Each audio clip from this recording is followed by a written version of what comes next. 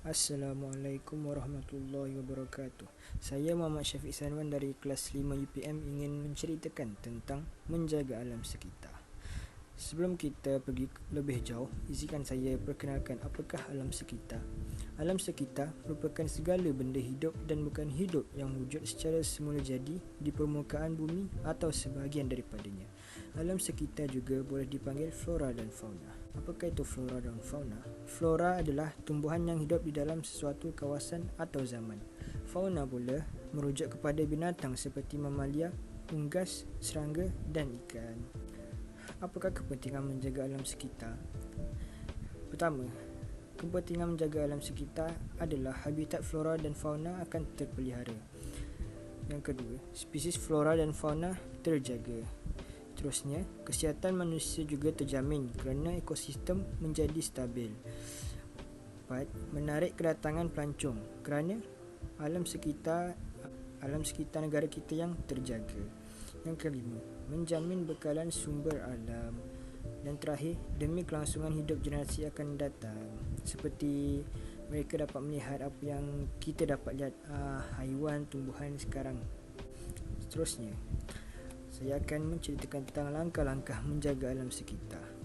Pertama, kita menggunakan sumber tenaga yang boleh diperbarui. Seterusnya, mengamalkan kitas semula. Yang ketiga, tidak membakar sampah secara terbuka. Keempat, mengadakan kempen tentang menjaga alam sekitar. Yang kelima, menanam pokok supaya oksigen tetap terjaga.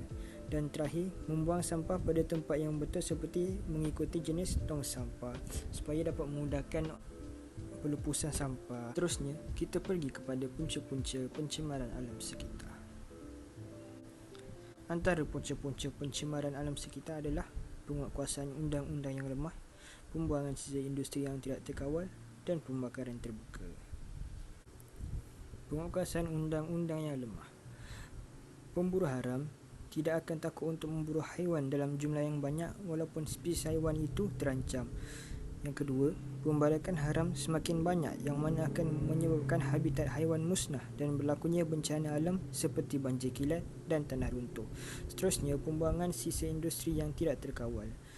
Ia dapat berlaku pencemaran air yang dapat menjejaskan penggunaan air kepada manusia, tumbuhan dan haiwan. Yang kedua, habitat haiwan akuatik akan terjejas dan menyebabkan banyak haiwan akuatik akan mati. Dan poin yang terakhir adalah pencemaran udara juga akan berlaku melalui pembebasan bahan kimia berbahaya ke dalam atmosfera yang mana dapat mengakibatkan kesihatan manusia terjejas. Punca yang ketiga adalah pembakaran terbuka.